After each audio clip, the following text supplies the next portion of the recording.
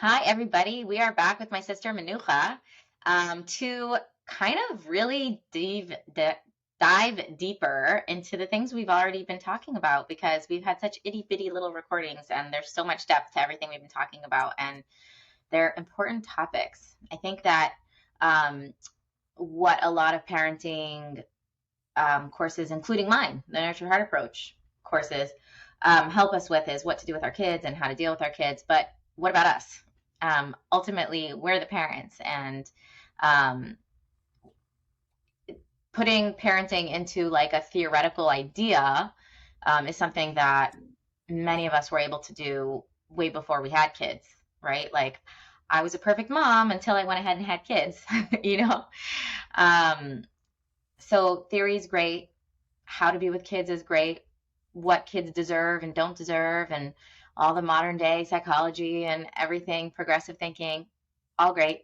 Um, but ultimately, what I found and what I find with so many parents that I speak to and deal with is that our ideas and beliefs and what we want to do for our kids becomes pretty impossible when our own selves, our own lives, our own journeys, our own feelings, our own triggers, our own pasts, our own um, just confusions, lack of clarity, whatever stresses get involved. And like sometimes if I can't even like control myself, how in the world am I supposed to like manage how I am interacting with my kid? And, if I'm not in my heart, how could I give them from my heart? All of this kind of stuff.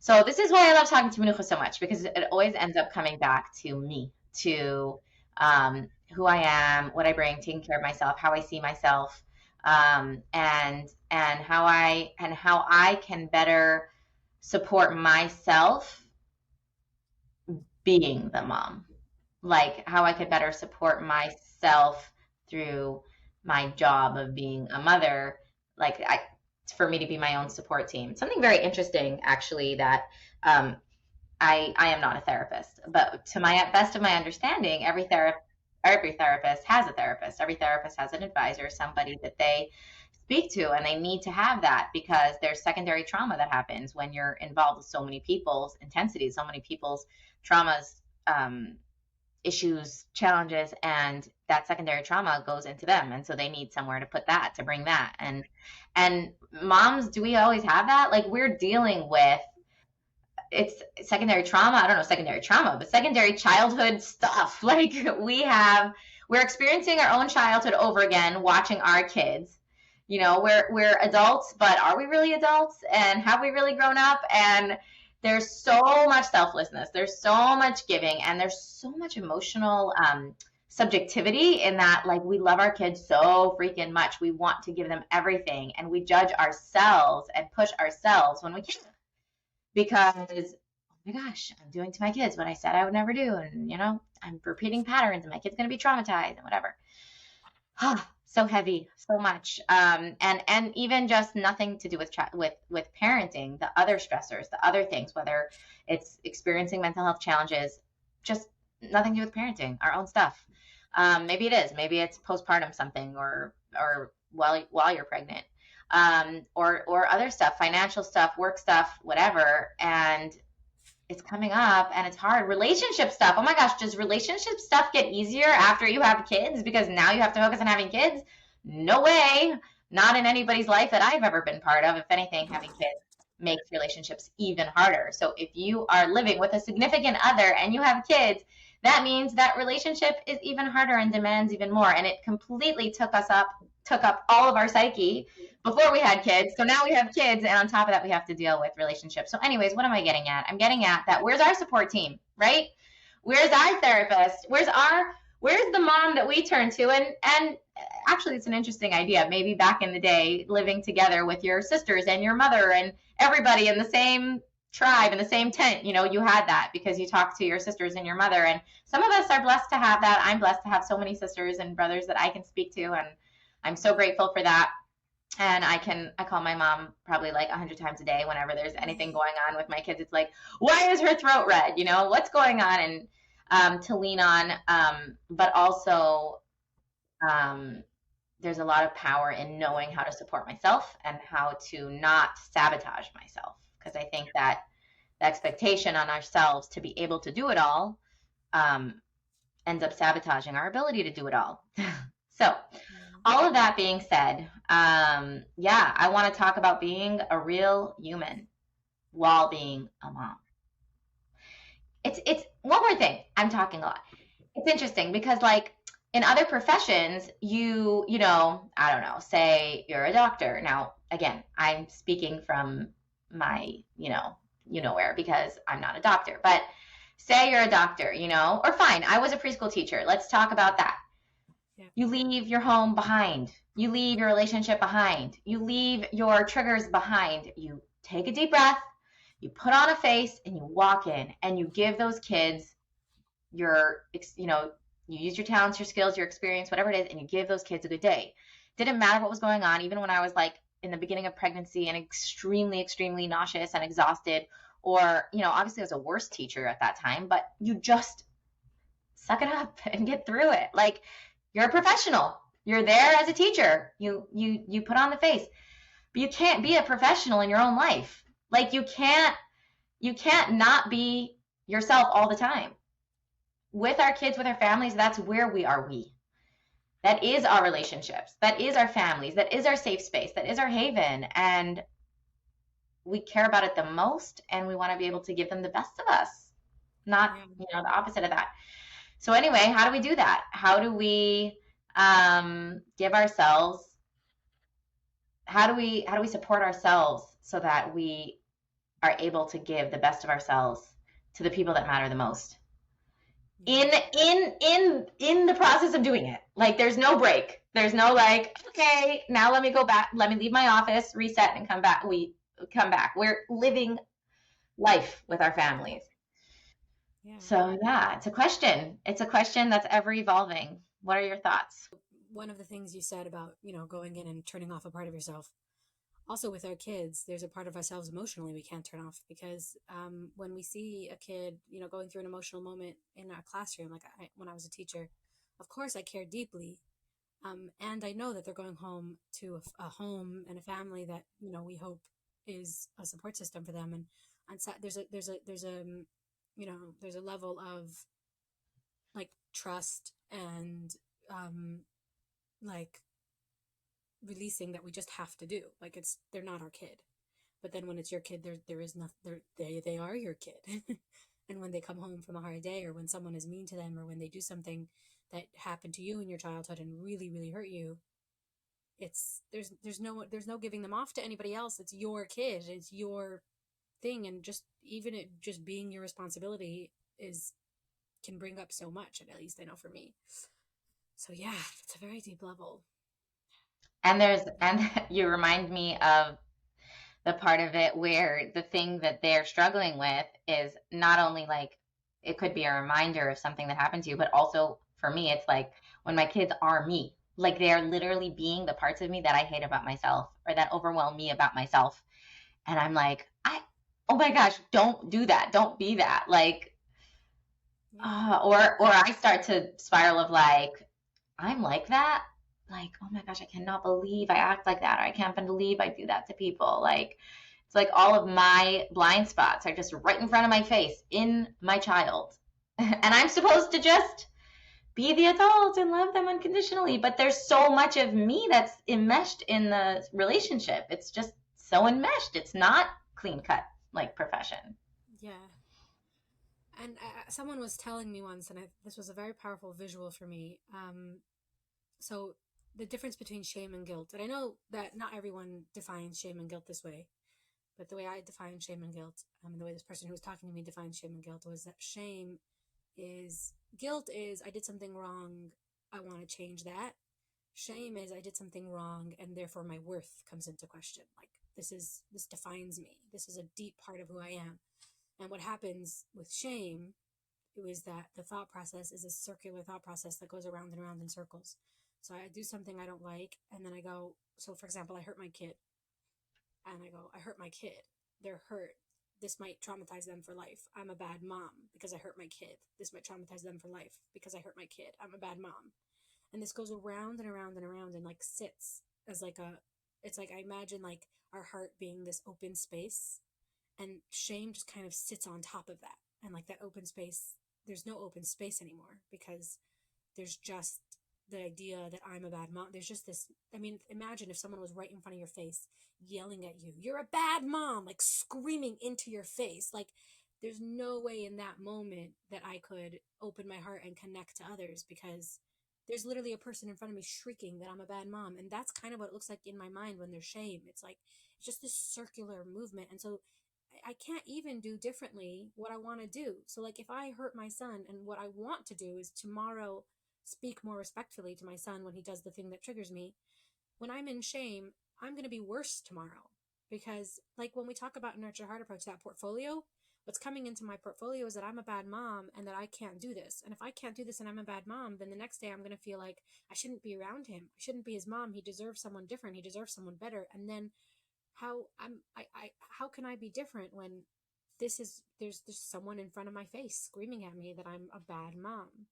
And that circular motion just makes it almost impossible for me to move forward. And it's so intense and it can be so extreme. And I'm sure it's looks different for everybody.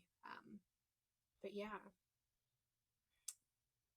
so I, for me, this visual was very helpful because when I can think about like the connection and the relationship that I want with my kids, and when I imagine that when I imagine my heart as this I'm a very visual person, but I can't really like this beautiful, I don't know, like open light that like invites people in. Like for me, I really care about connecting with other people. It's something that is really a very intense value for me, and is a real. It's just something that is it's a really big part of my like I don't know the words I'm trying to say, but I care deeply about connecting to people. That's something that is really important to me.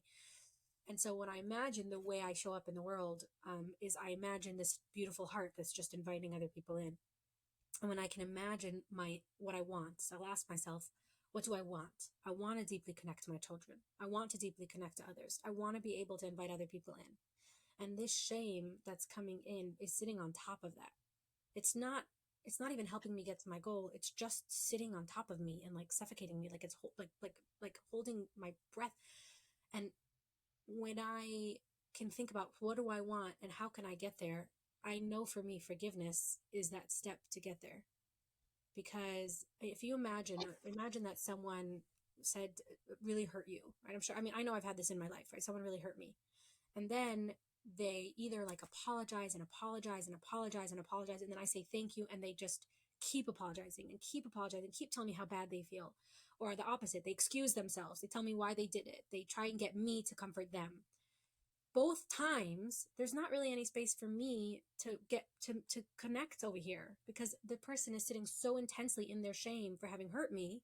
They're not opening their heart to allow me to forgive them. They're not opening their heart to allow this relationship to be closer, which is what happens when in a safe relationship someone messes up and then acknowledges it. If anything, it brings closeness, it brings connection. But when the other person is so busy feeling bad that they hurt me, I can't even come in and allow myself to be angry and then say, it's okay, I forgive you, or allow myself to show up in this relationship. And when I think about it in the same way with my kids, the most beautiful thing is for me, when I think about what I want to do, I don't want to pretend that when I do something wrong, it's fine, because it's not fine. Like I don't believe it's fine for me to yell at my kids or to hurt my kids or to I don't believe it's fine, but also it's fine at the same time, because I believe that it's fine to do something that isn't fine. It's not bad to do something that's bad, because then I can it's such a deep moment of real connection when I acknowledge what I've done. I allow myself to let that feeling wash through me, and I learn, and then I can move forward. Because with guilt, not shame, with guilt, I can have the thought process of, oh, think about the video game analogy in the nurture heart approach, the video game analogy. If I go left, I bump into monsters, I lose lives. If I am in this situation and I do this, this happens. Oh, okay. I learn more about myself. I can now I know I can have that clarity of what I need to do differently in the future. And also I can trust my kids. I did my son, um he woke me up and he woke my baby up and I got really flooded and I completely reacted in this like intense extreme way. It was not according to my values of my parenting. And I locked myself in my room for a bit. And when I felt steady and I allowed this feeling, I just, this feeling of deep, I mean, it was shame. I allowed it to wash through my body, and I felt that feeling like a wave. You know, I imagined myself standing at the edge of an ocean and a wave is just washing through me. And it just comes right through me. And I really didn't like that. I caused him pain. And I know, and then I have this mantra. I really believe in, for me, mantras really help me, that I trust that we can, that he can handle this. I trust that I can handle this. I trust that this will make us closer. I trust that this is for our benefit, not for our harm. And I come out and I'm still feeling shame. And I look at him, I sit down on the bed and I look at him and I say, Batsala, my son's name is Batsala. I say, Batsala, do you know what mommy's about to say? He goes, yeah, you're going to say sorry.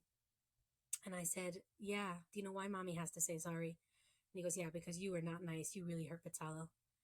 And I said, yeah, and mommy really should have taken space when I was angry. I shouldn't have let that out on you. And he looks at me and he goes, but mommy, you did. You did take space. And I still get so emotional every time because I genuinely was so shocked. I didn't even know what to say. I'm looking at this boy, this 4-year-old boy, this deep level of forgiveness that he's offering me. Like, yeah, he knew I was going to come apologize. He knew I was going to say sorry. He knew I was going to. And he saw that I took space. And like, it was almost like he knew. He saw my taking space as love for him. And like my understanding that it was, I don't even have the words. Maybe you can help me here, Mussi. I'm like, to break it down because it's just so deeply emotional. It was such a beautiful example of something that I've just honestly never experienced. This beautiful connection. And I was so inspired. And it has happened again that he's come into the room and woken me up. And I haven't responded the same way because there's something about that forgiveness. There's something about facing that part of me, that frustration, that anger, and being able to move closer that also helps me release the pain of the reason why originally I yelled at him. Like there was something that dysregulated me. There was some feeling of I can't do this. I can't. But I did yell at him. I did lose control. I did have the worst moment, and we are still here. And we're not only connected, we're connected on a deeper level. And it's such a beautiful moment that it almost the belief that I had that made me yell at him originally, which was I can't do this, I can't handle this. My baby's crying. My son is waking me up. My son is waking me up. I can't do this, and I did do it, and we're here, and almost like that itself was a release of this intense belief of I can't do this. And I've seen already that allowing that terrible moment to happen, allowing the forgiveness to come, allowing that wave to propel me forward and move through me, and I move forward, allows us all to move in the direction God is pushing us. Like now we're closer. Now we understand each other better. Now I know that in the worst case scenario, we're just going to be closer. And that belief of I did do it. I could do it. I did it. He's right. I took space. I heard him first, but then I took space. Like, oh, maybe you can help me have the words here because it's just, yeah. Ooh, Well, it sounds like the resistance. By the way, I got chills up and down my back when he said that. When he said, "But you did." Um, the resistance to not allowing the outcome we don't want, to like trying to coerce reality, and then this hopelessness of like, but I can't. I'm not okay, and I'm not handling myself. So I can't be the perfect mother right now. I'm super triggered. I'm not going to be able to not yell at him. Like, oh my gosh, I'm losing it, which adds fuel to the flame because not only am I losing it, I'm also losing it about my losing it. And I'm so frustrated at myself for not being able to force myself to be calm and peaceful and when I'm not. And so it's like letting go. When you said the words before, like, it's okay to do something bad. I don't remember the words you said, but something like that. Like, yeah, the fierce, like, white knuckling forcefulness of I'm never allowed to do anything bad. I'm never allowed to do anything bad. puts me in such a stressed out tension place where I'm always on eggshells and I'm always worried and I'm always waiting for the next shoe to drop and I'm always waiting for to watch myself mess up and I'm always in fear, that in itself is like a self-fulfilling prophecy where the next thing you know it, I am losing it because I'm in so much tension about the fear about losing it. But when Exactly. I'm not afraid of losing it and I'm telling myself, yeah, you know what, I might lose it. I don't know. I either will or I won't. And I let go of the forcefulness of having to not lose it, and I accept that I'm human, and I accept that I'll have my moments, and I accept that I'll hopefully learn from it. It'll be a learning experience. We'll get closer from it. Whatever. Like I don't want to have any bad moments with my kids, but I'm human and I chances are I will, and I'm in full acceptance of that. Then the moment comes, and like that wave you're talking about, the moment comes, and guess what? We get through it. And we're okay. And it's so amazing to me what happened in that story with Patel because that's literally what we say we want to do with Nurtured Heart. He was able to do that with for you on such a deep level. The whole idea we talk about a Nurtured Heart about it's not about convincing someone whether or not they can or can't. It's about having them have that firsthand experience of you already are. Wait a second, you're saying that you don't want to lose it with your kids and that because it's going to be bad and you really should take space? Well, guess what? That's exactly what you did. You did take space. You are being the mother you want to be. You are role modeling what you want to role model. You're already doing it. Like people say about parents, if you care that you're a bad parent, that if you care about whether or not you're a good parent, you are already a good parent. Like because you care. So that for that you're using the word forgiveness. I think before the forgiveness comes the acceptance of the mistake, Mm-hmm. that the mistake will happen and that it's okay to happen, which then makes the mistake be so easy to forgive because it was never such a big deal in the first place. And we can move through, we have permission to have it, which means we're not going to be as escalated and out of control as we would be with all of that pressure that we shouldn't be where we are, which means I'm faster to go to my room. I'm faster to reset. I'm faster to take my deep breath. I'm faster to reset myself to a place of equilibrium where I can then repair and apologize and do better. And then that added piece of what he did for you, which was like, wait a second, why are we focusing on the fact of that you made a mistake? Like you're saying you should have taken space. You did. You did it right. You already are. Yeah. Yeah. And like, so, yeah. Yeah. There's just so much we could talk. Like, there's so much that we could talk. It's such a moving, yeah. And, like when you said it's okay to do something bad, I know that, like, for me, anyway, in the beginning, like, I definitely would have had resistance to that statement. So I just want to say about that, because I feel like that is something that I know I had a lot of beliefs about. And for me, that's where that, like, when I was talking about that grief and shame piece, like, I always have an intellectual piece and then an emotional piece. Like, I almost have to address the intellectual debate first to give space for me to face my emotional piece. And, like, that idea of, like, no, it's not okay to do something bad. So when I think about that shame, like that person screaming in my face, what do I really want to give my kids? I really want to give my kids this experience that you were just talking about, like this experience of acceptance. Like, this is the biggest experience of unconditional love, to be able to be your worst and to be able to know that it's nothing. It's just learning. It's so, like, yeah, oh yeah, you learned. So I learned today too. My learning looked different than your learning, but we all learn. That's what we want to give. And how can I get there? It's not going to happen through this person yelling in my face that I'm a bad mom. It's not going to happen by me telling myself that I can never ever mess up. It's not going to happen because I am going to mess up. I am going to mess up. I am going to mess up.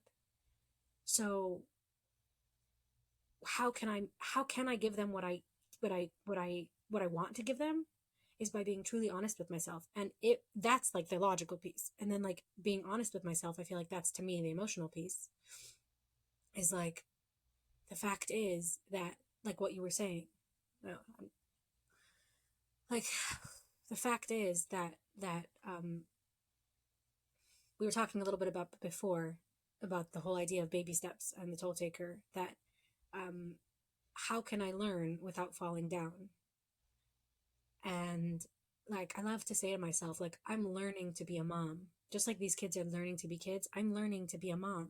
I'm learning how to interact with these children, my children. You know, maybe I've been a teacher. Maybe I thought I was the best mom, like you said. I was the best mom before I became a mom. But now I am a mom and I'm learning to be a mom, and saying that to myself, like, oh, that was learning to be a mom. And learning to be a mom means that I'm going to fall down as a mom. And it's not just something that I have to accept because I have no other choice. The truth is that it's the most beautiful version of a mom that I can be for my children, my real human children who are going to grow up in a real human world and make mistakes and fall down.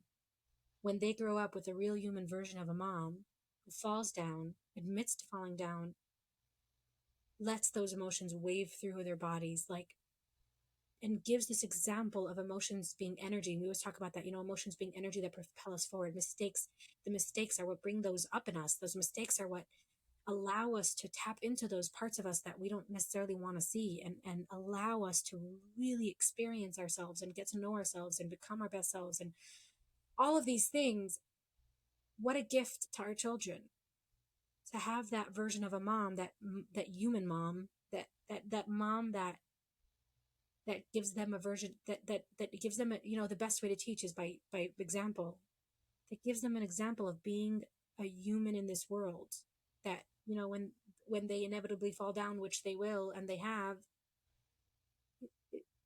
kids are have this, like, kids have all of these things so naturally, and they look at us to see if what they have is okay. And when they see us doing it, like, they'll be able to hold on to that innocence, that beauty of, like, being able to, yeah, oops, my son says it to me all the time. Yeah, okay, you can try again next time. That's a whole other piece of the baby steps that we don't really talk about that much, of like the baby and the idea of baby steps. It's one of the intentions we have in the nurtured heart approach about how to help ourselves see our kids for their greatness so that we can build more of that inner wealth and help them see themselves for their success and beauty. So the idea of the baby steps is like that kid takes that first step and falls. Well, they took that first step, right? But also they keep getting up. They keep getting, they fall and they get up and they fall and they get up and they fall and they get up. And what does that show you? Well, does it show you that they're so unbalanced they keep falling? Or does it show you they're so resilient and they're so committed to the process that no matter how many times they fall down, which is inevitable, like you said, they don't have good balance yet. They've never walked before. This is a new skill for them.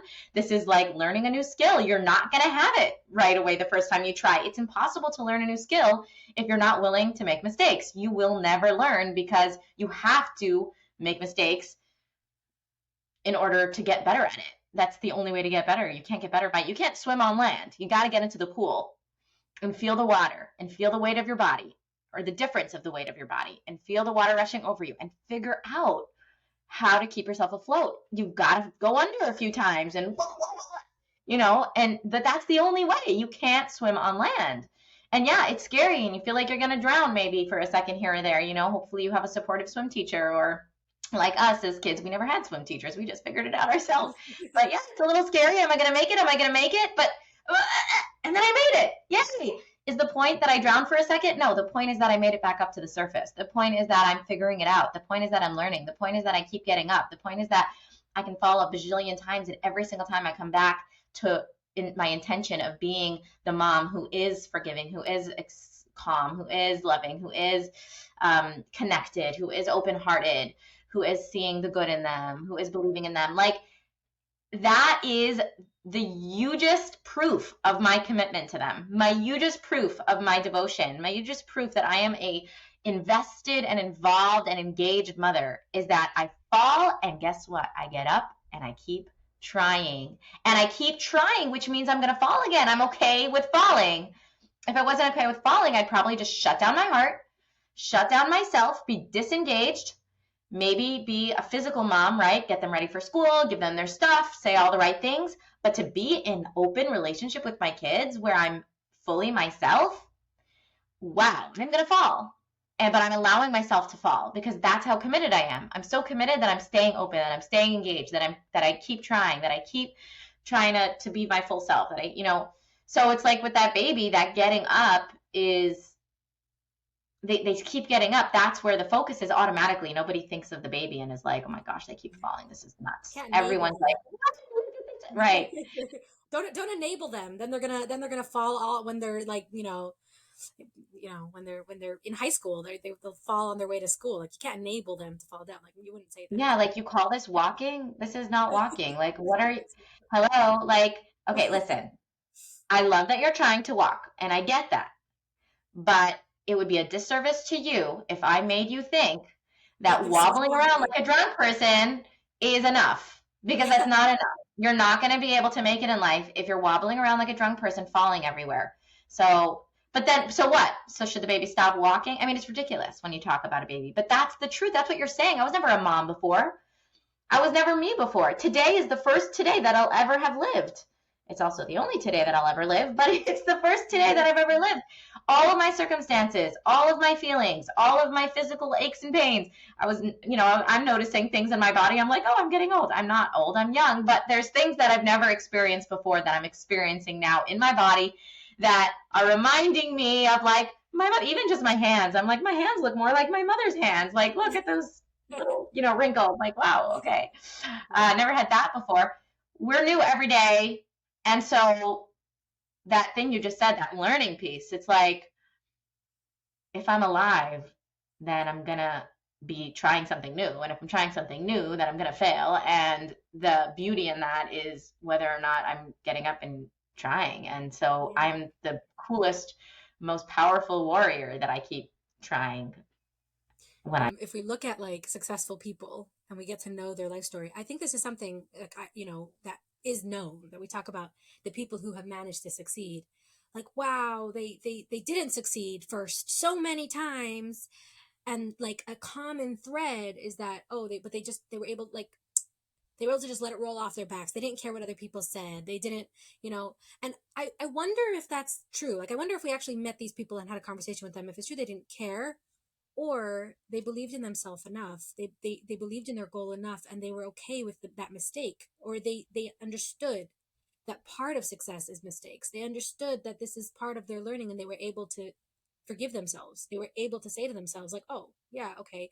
I'm sure some of them lost tons of money on their way to success. I'm sure some of them made crucial mistakes that maybe they even got fired from other jobs, and then people, despite that, it's because of that. It's because of that. Because of there's mistakes, that is the crucial difference between, being able to reach our goals and not reach our goals, is that, that ability to fall down, that ability. I know I can relate to that, like being in a safe environment where I know I can fall down, and therefore being willing to ask questions, being willing to say I don't know, being willing to make mistakes and know that I can admit them. Like, even just the idea of like having the wanting to like lie about what I'm saying or being honest. Like, if I'm in an environment where I know that if I mess up, I will get attacked, I'll feel the urge to like somehow cover this up, and because it's so there's so much fear with falling in an environment where falling is a big deal, as opposed to a different environment where falling is just part of learning, and then I can learn so much more and become so successful and really become the best at whatever I'm trying to do, including being a mom. So there's a lot of times people say, when we talk about mistakes, like, I accept them and love them despite. And to me, like, my real truth in my heart, it's not despite. There is no despite. It's not that you have mistakes, but even though you have mistakes, I'll love you because you have enough good, or because I'm so kind and I'm open heart. That doesn't resonate as true to me. Like, truth to me is there is no despite. Like, I don't even know if again, maybe you can come in and help me with the words here, but mistakes aren't, there is no despite. Mistakes, if anything, give me a deeper look into your heart. Like, when my kids, some of you probably saw the picture, when my kids cut up the beanbag in my house, so they cut up a beanbag and there was foam everywhere. In that moment, like with resetting, I was able to see, and people actually helped, people who responded on the Facebook, if you were one of them, thank you. Wrote like, there's so much joy in their faces. There's so much creativity here. And it's so true. Like, I got to see a peek of my son's rebellious spirit and like his confidence and his creativity and his connection to his little brother, like how he loves him and how he brings him along into this like bubble of fun. Like my little baby isn't necessarily the kind of kid that would just like do these things, but with his brother he experiences all kinds of new experiences in life that he wouldn't experience otherwise, and so much excitement. And and yes, of course, in this moment is a low energy moment, because of course to create safety there are boundaries, and giving this moment, letting this moment of his rebelliousness be of like a defining moment for him would also create a sense of not safety. But in my mind, when I see this mistake, although I'm pulling back energetically because I'm teaching him, I am the teacher, and I'm teaching him that creativity and rebelliousness can be used in ways that are safe.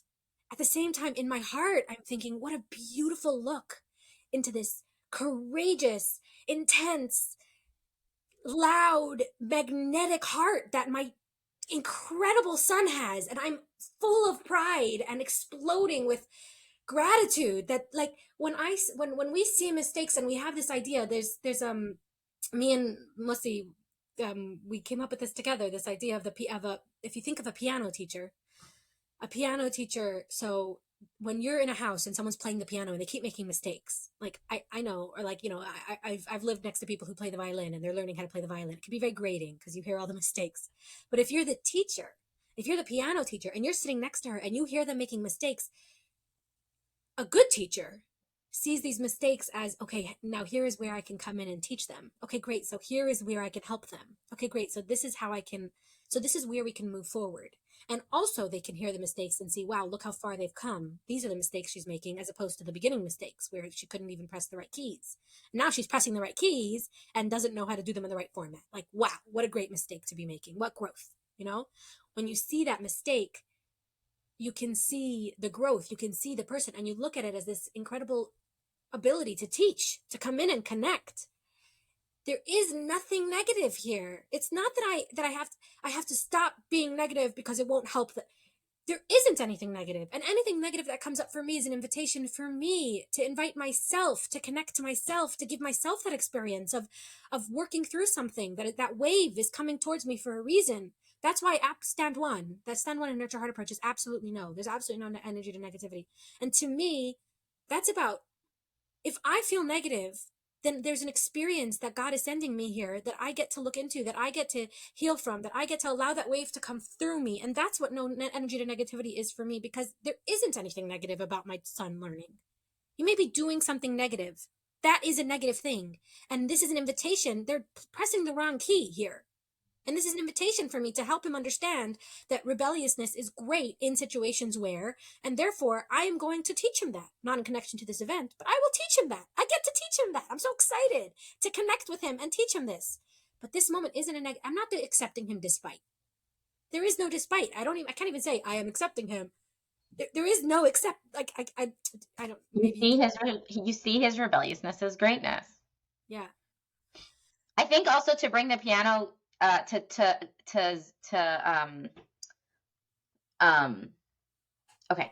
just get more out of the piano example. Yeah. When you're pressing the wrong key, you're learning about the notes. Yeah.